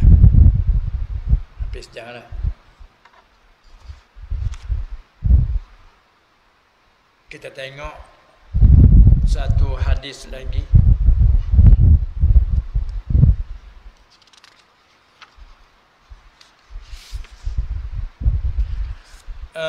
Maka kata Imam Ghazali, belum habis. Kata Imam Ghazali rahimahullah setelah dia bawa data hadis, innal hikmata tazidu syarifa syarafan wa tarfa'ul mamluka hatta yudrika madarikal muluk. Imam Ghazali kata wa qad nabbaha bihadza. Ini berkata Imam Ghazali, dan sesungguh telah menjaga ia Nabi sallallahu alaihi wasallam bihadza ay bihadzal hadis. Ia jaga dengan ini hadis ni yang kata innal hikmata tazidu syarif ilah, menjaga ala samaratihi fid dunya, menjaga atas segala kebolehan pendapatan. Sama samarat tu buah hasilan pendapatannya pada dunia. Itu wa ma'lumun, dan kita maklum asal ni dunia. Bagi cerita-cerita tadi, walaupun orang yang cacat dengan adanya ilmu yang manfaat, jadi dihormat oleh masyarakat. Siapa digeruni kan oleh orang yang menghadapkannya. Itu daripada keduniaan Allah Taala bagi. Waktu jangan kita niat begitu. Paling pentingnya wa ma'lumun ay likulli ahadin, dan maklum diketahui bagi semua orang, annal akhirata khairun wa abqa, bahawa akhirat lah yang sebaik-baiknya dan lagi pula yang kekal. Cuma saat ni nak nyata sebagai apa orang panggil nak targhib, nak menggalakkan supaya kita ni ada galak dalam menuntut ilmu, nak mengakakkan semangat kita dalam menuntut ilmu syarak. Tu je. Tapi akhirat lah yang khair, akhirat lah yang abqa. Ini sebagaimana ayat Quran kan, suhufi Ibrahim wa Musa, bal tu'thirunal hayatad dunya wal akhiratu khairun wa abqa. Ini nak jaga kita dah ni. Kamu orang mukmin, orang muslim, semua membuat apa suatu ada kelebihan-kelebihan di dunia. Allah Ta'ala zahir buat sementara, tapi jangan ingat bahawa kamu jangan pilih hanya dunia. Bal tu'thirunal hayatad dunya, bahkan kamu utamakan hidup dunia. Sebagaimana orang tak beriman kah dunia semata-mata kan? Bahkan kamu utamakan dunia di atas akhirat. Kamu pilih ke dunia atas akhirat. Sedangkan dunia ni orang kata kita maklum dah sementara, bukan tempat sedah. Ini contoh macam saya ni orang berdatang. Walaupun tempat kita ada di hotel, tempat yang hebat, tapi hebat pun bukan sudah nak balik. Itu dia. Walaupun makanan dihidangkan, disediakan, hanya makanlah bila hidang dihidangkan. Ini rezeki dari Allah, kita makan. Ini minuman rezeki dari Allah, kita minum. Tapi adakah kita rasa kata cukup sudah di sini? Tidak. Hanya kita gharib, orang dagang, orang berdatang saja. Dalam kerja tertentu, hasil sudah nak balik lah. Kan? Begitulah kita di dunia ni. Walaupun mewah setara mana dalam hidup, kemuliaan kita disanjung dalam hidup kita sekali pun ingat kita duduk di mana ni, duduk di mana ni, jangan lupa. Dunia, dunia kan. Kelimah dunia arti yang hina, yang keji, yang sedikit, ia hampir daripada akhirat. Walaupun 1000 umur di dunia, baru sama dengan 1 hari akhirat. Kita jangan lupa gitu. Supaya juga ni kita duduk bekerja sini, mari daripada Kelantan apa bertugas. Tengok dah bila musim cuti selalu balik. Walaupun jalan jam 20 jam pun balik. Oh, hebatnya ingat ke kampung itu. Oh, nak sampai ke Kelantan 20 jam. Biasa berapa jam? 8 jam. Biasa 8 jam. Tapi 20 jam balik. Ingat ke kampung. Tengok. Ni begitulah kita duduk dalam dunia ni. Walaupun kita pegang jawatan besar, jawatan tinggi, mulia, kaya raya, jangan lupakan kita duduk di alam dunia. Kita akan balik. Tapi kalau amalan kita baik, yang ni jadi sebab bagi bertambah tinggi di akhirat, bukan sia-sia. Innallaha la yudhi'u ajra man ahsana amala. Sesungguhnya Allah tidak menghampakan, Allah tidak mensia-siakan balasan ganjaran orang yang buat baik, telah buat baik di dunia ini akan jadi ganjaran di sana. Kita senantiasa ingat gitu. Sebab itulah ilmu syarah mesti kita kena tanamkan, kena rebut masa ke masa untuk mendengar sekurang-kurangnya supaya kita tak lalai. Takut kita nak utama ke dunia, ya Allah Taala kata bal tu'thirunal hayatad dunya, sedangkan wal akhiratu khairun wa abqa. Ini yang kekal kan. Maka Imam Ghazali pun ambil daripada situ, dia kata wa ma'lumun, kita maklum semua bahawa annal akhirata, bahawa akhirat itulah khairun yang baik, wa abqa yang kekal. Dunia tak kekal. Kita maklum dah akidah kita itu dah. Alhamdulillah, dengan beberapa hadis yang kita dapat lalui serta pula memberi penjelasan dan istinbat oleh Imam Ghazali rahimahullah taala, dapat kita tanamkan. Semoga-moga apa yang kita dengar tadi diberi manfaat oleh Allah Subhanahu wa taala dan beri pula kepada kita cemerlang nyata yang jelas, boleh menjelaskan pula pada orang lain. Terutama sekali kita start dengan diri kita, ibda binafsi, kita mulai dengan dirinya sendiri, dan summa man tamun, kemudian mereka yang di bawah jagaan kau. Dengan itu cukup dulu rasanya untuk bahagian baca kitab, dan insya-Allah taala katanya masa ada lagi sedikit lagi untuk besok hari kan. Kita sambung lagi insya-Allah Subhanahu wa taala. Lepas tu masa ada lagi ni kita dipeluangkan untuk beberapa soalan lah sekali kalau ada.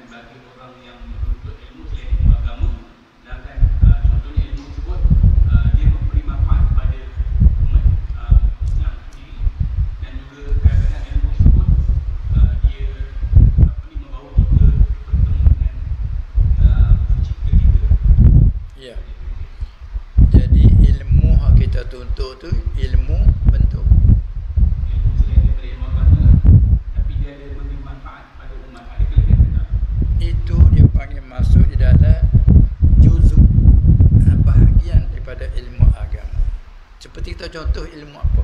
Contoh sikit. Seperti ilmu apa maksud? Contohnya tu. Ilmu sains. Tu. Jadi dipanggil apa ni? Dia panggil ilmu ad-dunyawi. Lain yang kata dunia. Dia panggil masuk ya wa nisbah. Ilmu dunyawi.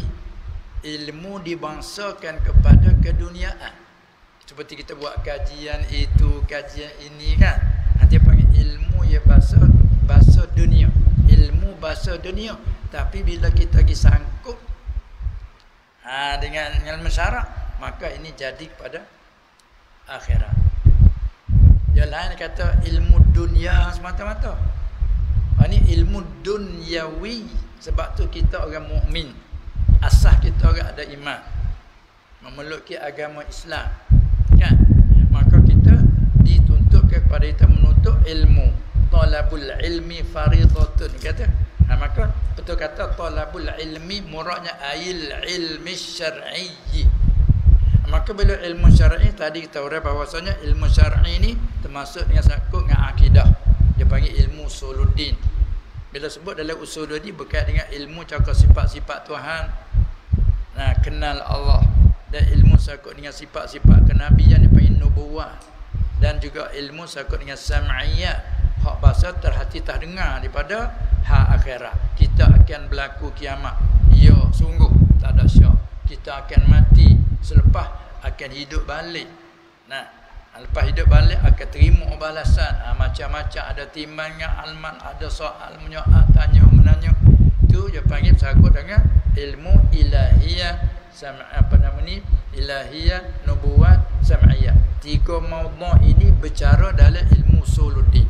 Usuluddin maksud dalam al-ilmu syar'i. Kemudian yang kedua ilmu fiqh, ilmu tahu ke cara syariat. Maka dalam ilmu fiqh dia terbagi pula beberapa roboh dia panggil. Sebahagian daripada 1/4 bercara tentang ibadat.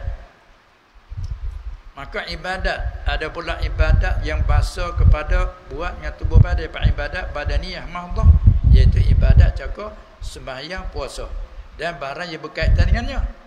Dan ibadat maliyah mahdhah, iaitu ibadat berkaitan dengan sakut harta seperti zakat, fitrah. Dan ibadat badaniyah wal maliyah kedua sekali seperti haji, umrah. Maka dia panggil roboh ibadat. Lepas tu cawangan daripada situ masuk bab wudu, bab apa semua tu masuk dalam roboh ibadat. Bila habis satu penggal tu ada lagi 3 penggal kita katakan. Masuk roboh yang kedua panggil muamalat. Muamalat ni lah beberapa bahagian. Sakut paut dengan jual beli. Sakut paut dengan apa dia tu jual beli, sewa menyewakan, apa nama lagi, upah mengupah. Semua tu masalah muamalah cari kehidupan. Amalan cari kehidupan nak kepada beberapa kepandaian. Kepandaian ni macam-macam ni. Ini masalah muamalah. Masalah muamalah ni dia bahagian ni pecah tebik. Tu ada ilmu tadi kedoktoran, apa ilmu tib. Semua dia panggil ilmu yang terhenti atasnya, sangat-sangat perlu dan berhajat kepadanya. Maka bila kita orang mukmin sangkut dengan akidah tadi, tiada hari tak tinggal.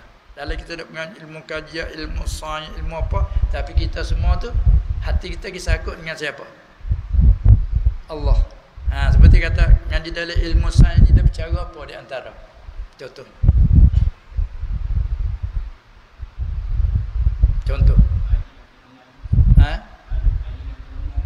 Bang apa? Gupa bumi umpamanya kan. Itu semua tu bila kita mengaji baca kajian gupa bumi dah apa semua sekali, kita kembali pada apa? Gupa bumi itu hasil daripada apa hakikatnya? Daripada Allah lah. Kita tak tinggal kat situ tu. Bukan kata semata kajian seperti orang yang ahli, bukan orang mukmin kan. Kita akan berlaku gupa bumi begini, akan terjadi begini. Lepas tu kita nak cari di mana tanah untuk nak selamat. Tapi kita orang mukmin ni, ini kuasa Allah. Sebab dalam Quran sebut dah iza zulzilatil ardu zilzalaha. Apabila digempur ke bumi, gempur supaya gempur. Ketika itu manusia akan berkata apa terjadi. Ni Allah Taala sebut zilzal. Kita panggil Melayu gempur. Kegempaan bumi. Gempur apa dia? Dia panggil taharruk. Bergerak kan? Bergerak. Sebab tu dia panggil apa, harikta panggil tak? Gerak dia tak? Tu bahasa Arab dah taharruk. harakat bergerak. Maka semua tu ini tandanya kuasa Allah. Allah janjikan akan gepa. Hingga gepa secara buat di masa sekarang, gepa di situ, tidak di sini, gepa di sana, tidak. Tapi bila sampai masa kiamat, seluruh gepa sekaligus. Bukan? Tu. Maka kita buat kajian, kita orang mukmin tak tinggal Allah. Ini Allah yang Maha Kuasa. Cuma kita tahu tak sabab tadi.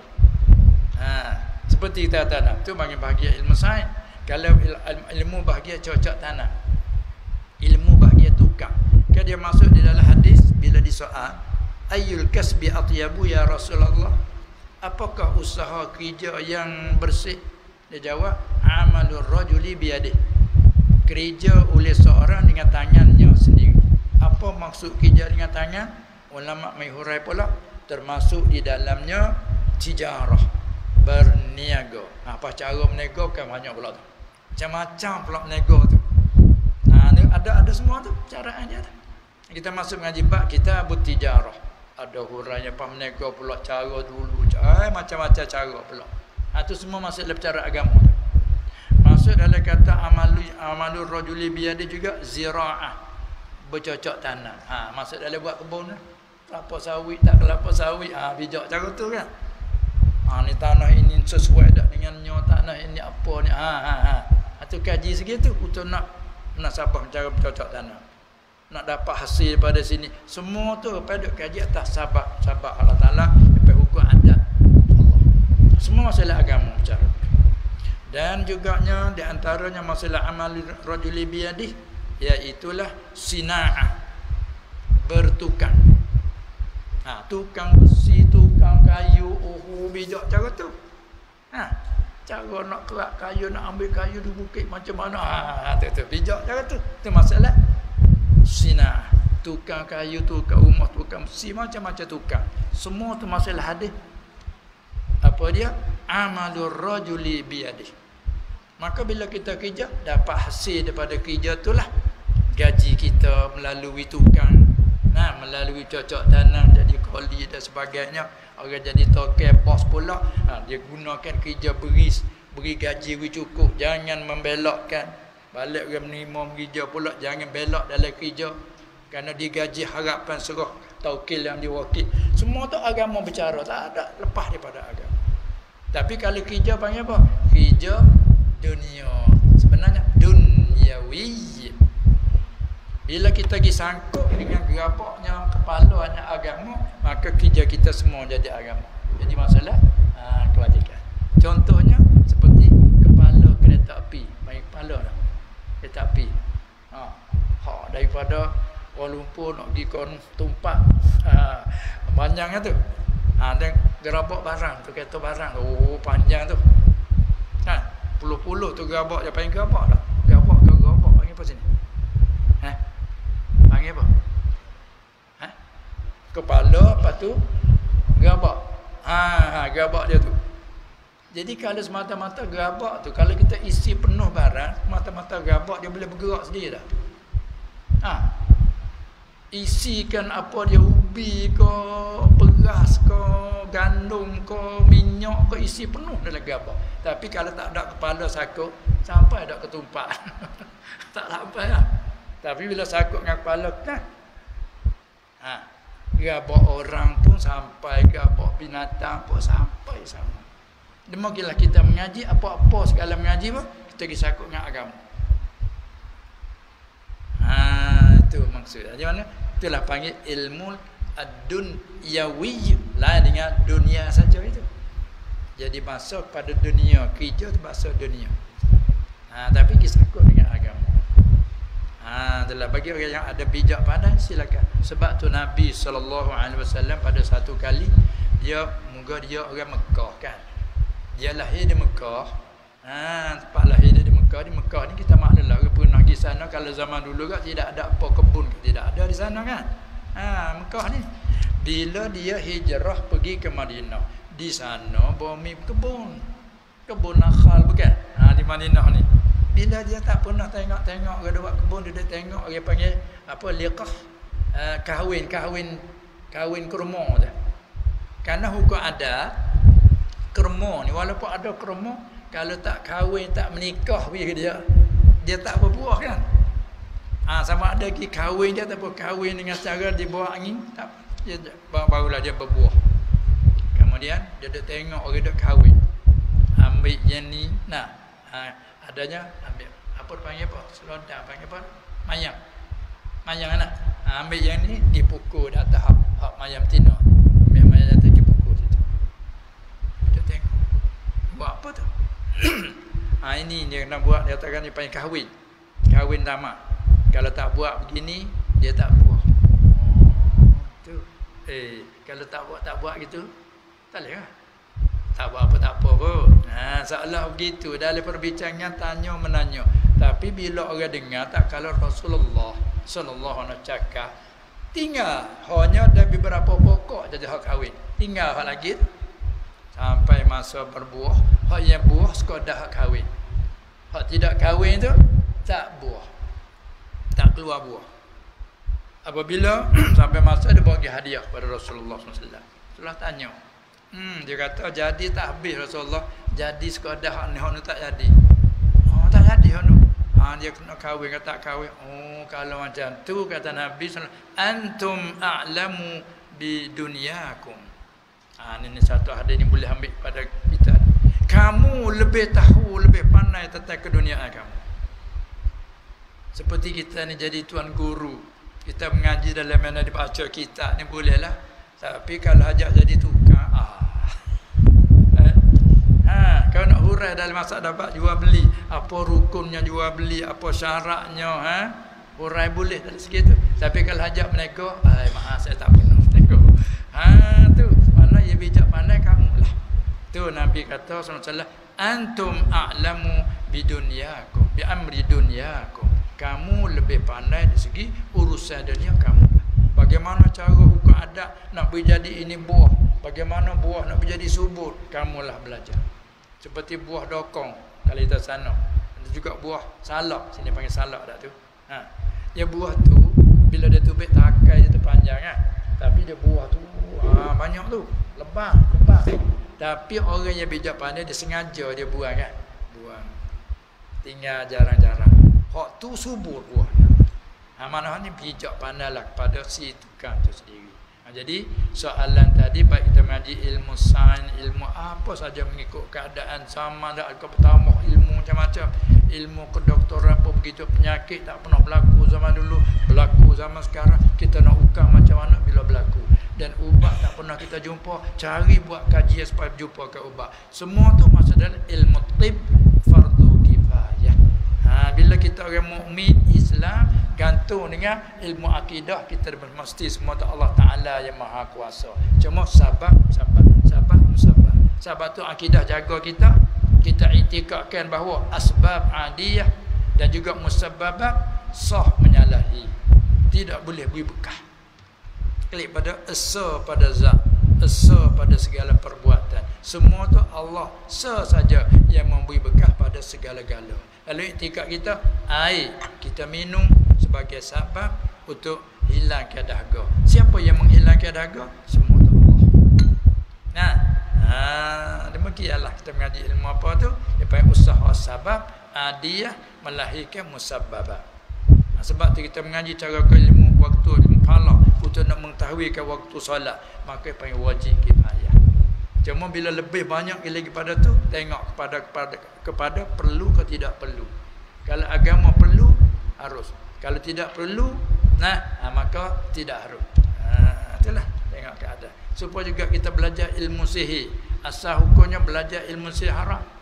Tapi haram tak apa. Kita belajar ilmu sihir untuk nak sihir orang lain. Itu haram dia belajar tu lagi dah. Tapi kalau kita belajar ilmu sihir untuk nak tahu cara sihir, pada tahu cara sihir begini, buat begini jadi begini, buat begini jadi gini, ilmu sihir. Tapi untuk kita nak mengelakkan kalau sihir orang disihir ni dalam ukar, maka itu masuk dalam fardu kifayah. Tu agama dia ada hurai begitu. Nyatalah bagi kita yang ada kebijaksanaan dan setiap ilmu silakan.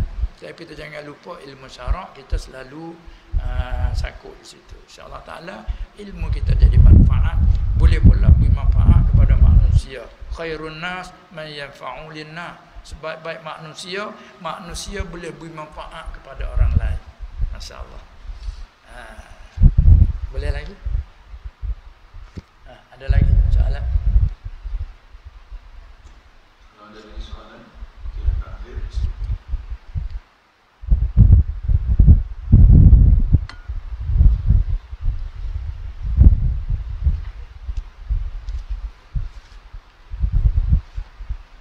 Kalau ada boleh lagi dalam 15 minit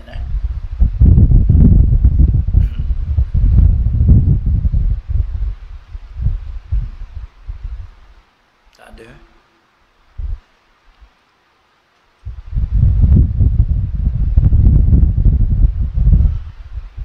Kadang-kadang dia tak termari masalah.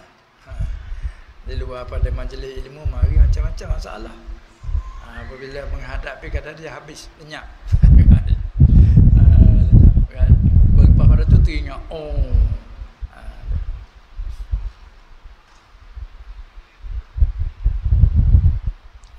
ada. Boleh.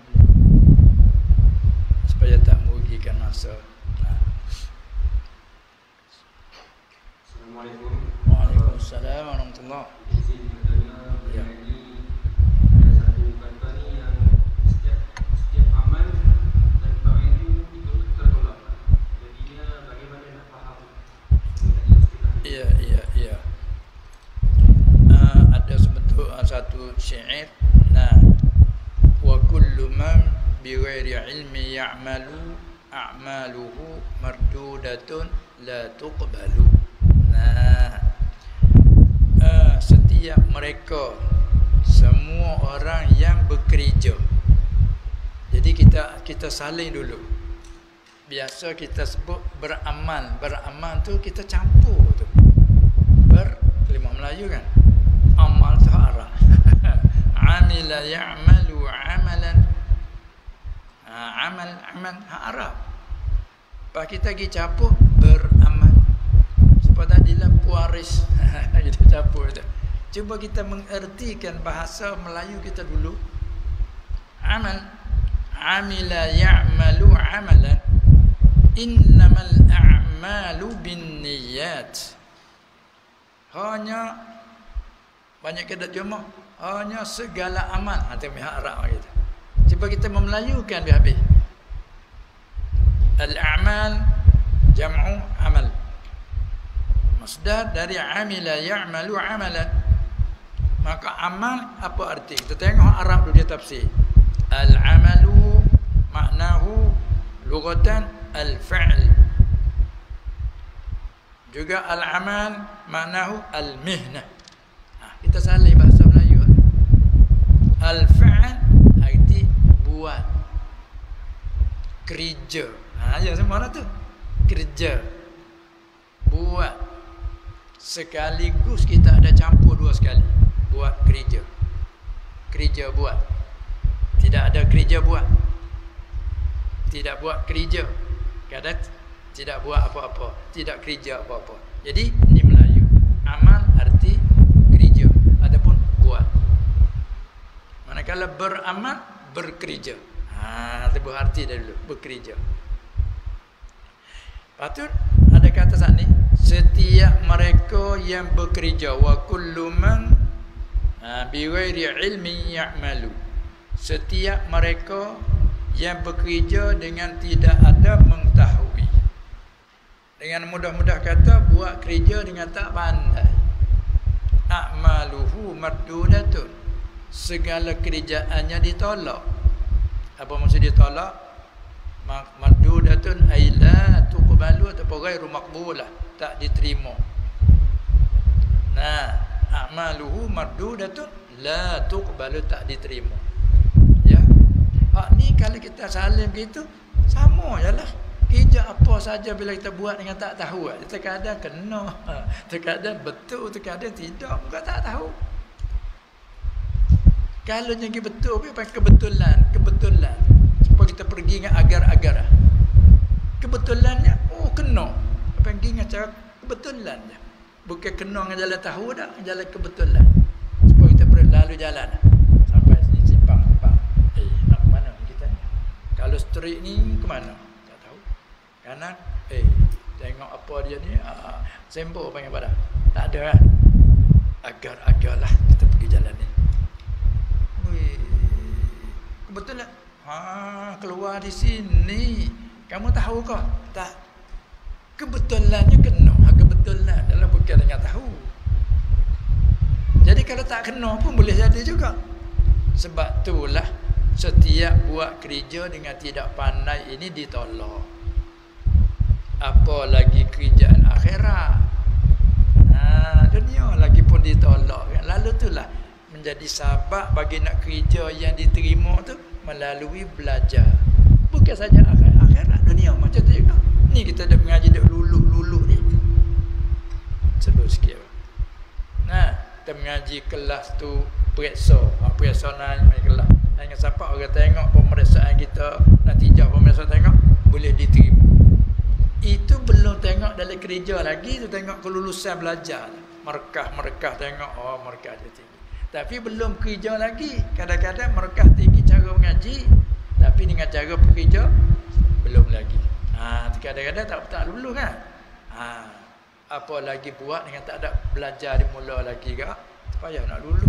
Itu hal dunia. Akhirat pun demikianlah.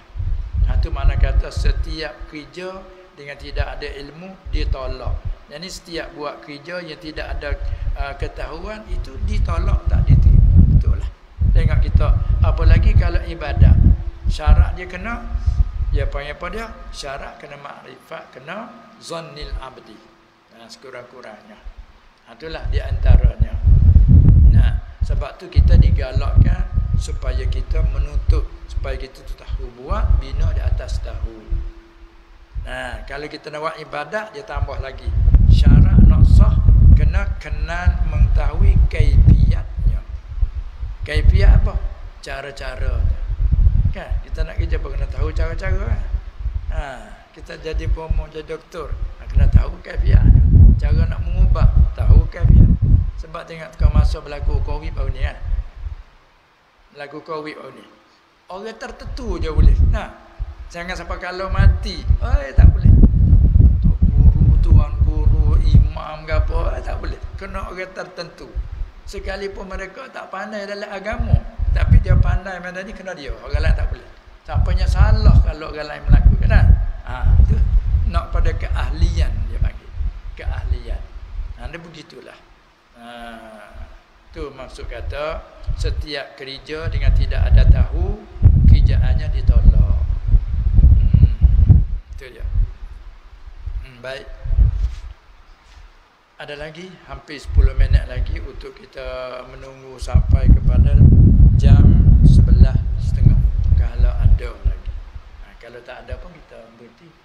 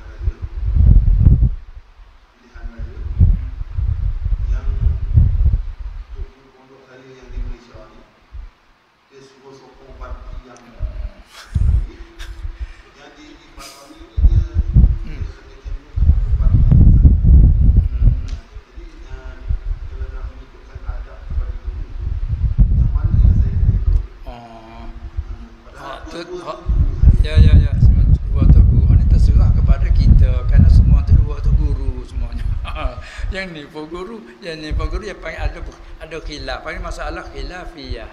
Bila ala khilafiyah kita pulang kepada mana lebih maslahat. Kepengen apa ni? Kalau kita bercakap dari sebab dari segi dua yang mudarat, kita buat yang ni mudarat, yang tu pun mudarat, maka kita harus pilih mana yang lebih ringan tu kaedah kita. Contoh, kita nak contoh seperti seorang tu tipe satu penyakit. Penyakit apa sini panggil, Arab panggil penyakit akilah, orang petani panggil penyakit maring. Sini panggil apa? Ni macam jenis makan tulang. Penyakit apa panggil? Tak ada penyakit-penyakit maring tak panggil? Oh, macam kalau pokok kayu dia ada ibu duk makan, dia ada patah dahan. Tak ada penyakit apa panggil sini? Panggil bahasa orang putih habis saya tak temu bahasa Melayu pun. Kalau nak jumlah daripada Arab dia panggil akilah. Akilah ni macam ada ibu yang nak makan makan dari dia kita tengok ni kena potong ni. Penyakit apa tadi?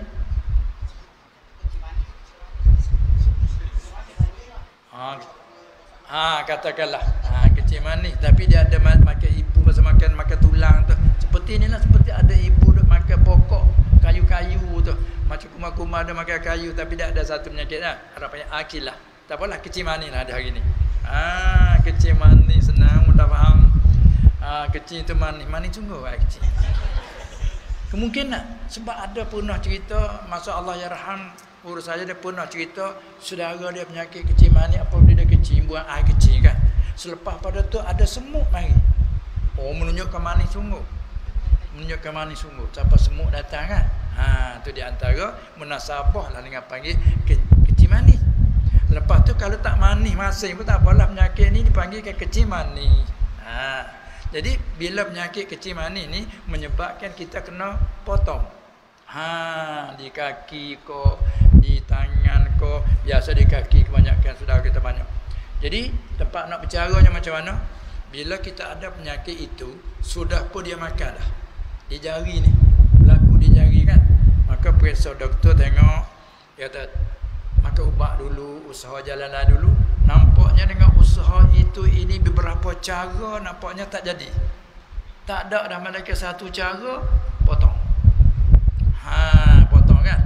Bila potong anggota pada asal hukumnya semata-mata nak hidup potong itu tak boleh, haram. Kan? Itu dia kerana menyakiti diri. Kemudian apalagi pula masa dalam ubahkan kejadian Allah, tak boleh pada asal. Tapi kerana penyakit, lagi pula darurah. Bila darurah, ad-darurat tubihul mahdurat. Kaedah dia mari. Bila darurat dia berlaku, maka mengharuskan akan yang dilarang. Maka boleh kita potong. Di samping kita potong pula, dia ada beripung mudarat dua. Mana? Kalau kita biarkan dengan tak potong, lagi mudarat lebih besar. Dia akan makan lagi. Mudarat lebih besar, bawa pada sampai kena potong 4 jari, 5 jari. Tapi kalau kita potong sekarang hanya sepotong jari saja ataupun sekerat saja, seruah kita panggil kan, datu. Maka orang panggil beripung 2 mudarat. Kalau kita biarkan tak potong, nanti mudarat habis pada yang lain. Kalau kita potong mudarat, kerana menghilangkan 1 jari. Tetapi beripung 2 mudarat, harus kita amalkan mana yang lebih ringan. Kalau tak potong, lagi mudarat. Kalau potong suka datu ialah. Maka potong tu harus dalam agama. Begitu bila beripung 2 perkataan yang khilaf dalam satu masalah. Itu kaedah kita nak berjalan kan. Maka yang bagaimana soal tadi, yang ni pun tuan guru, yang ni pun guru kita belajar, ini pun guru yang belajar. Maka 2 tuan guru tu beri pandangan tak sama. Bila tak sama, soal tadi kita nak beradab dengan guru. Bila beradab guru, ini harus kita pilih mana yang lebih maslahat. Terserah pada pilihan kita. Sebab kalau kita tunggu pada zuhir, kita ikut yang ni, jadi menyalahi dengan yang ni. Kita ikut yang ni, menyalahi dengan yang tu pula. Sedangkan sama guru pun kata tadi, mana satu kita nak ambil mana satu. Pulanglah kepada lebih maslahat. Oleh itu kita ada jalan keluarnya dalam Islam, ajar ke istikharah. Itu dia. Minta petunjukkan kebaikan dari Allah Subhanahu Wa Taala. Itu jalan kita. Sebab tu jalan doa, ya Allah. Sekiranya perkara ini baik, dunianya, akhiratnya, dirinya, apa semua sekali, minta tunjukkan yang ini. Dan tu maknanya tak baik, minta kamu palingkan. Itu jalan kita orang Islam ni lagu tu. Sekali pada lektia usaha kita tak lupa daripada sakutan dengan Allah Subhanahu Wa Taala. Itulah di antara jalan keluar. Cukup dalam masa sekarang dulu dah. Untuk malam ni kita tambah dulu setakat ini, dan insya-Allah taala pada pagi esok tu ada lagi masa untuk dia kan. Maka bagi siapa yang ada peluang kat masa tu boleh lagi lah. Maka untuk sekadar ni cukup dulu, sekian saja. Wabillahi taufiq wal hidayah wan najatu minan nar wal falah. Assalamualaikum warahmatullahi wabarakatuh. Bismillahirrahmanirrahim. Alhamdulillahi rabbil alamin. Wassalatu wassalamu ala sayyidil mursalin wa ala alihi wa ashabihi ajma'in. Allahumma innaka afuwun karimun tuhibbul afwa fa'fu anna. Allahumma inna nas'aluka as-salamah wal afwa wal afiyata fid din wad dunya wal akhirati wal ahli wal mal innaka ala kulli shay'in qadir. Allahumma arina al-haqqa haqqan warzuqna ittiba'ah wa arina al-batila batila warzuqna ijtinabah. Allahumma arzuqna 'ilman nafi'an wa rizqan halalan tayyiban mubarakan fihi wa 'amalan maqbulan wa sa'adatan ad-darain. Rabbana amanna faghfir lana warhamna wa anta khairur rahimin. Wa sallallahu ala sayyidina Muhammad wa ala alihi wa sahbihi ajma'in walhamdulillahi rabbil alamin. Amin amin amin ya rabbal alamin. Majlis mengucapkan terima kasih kepada Bapak Ismail di atas pengajaran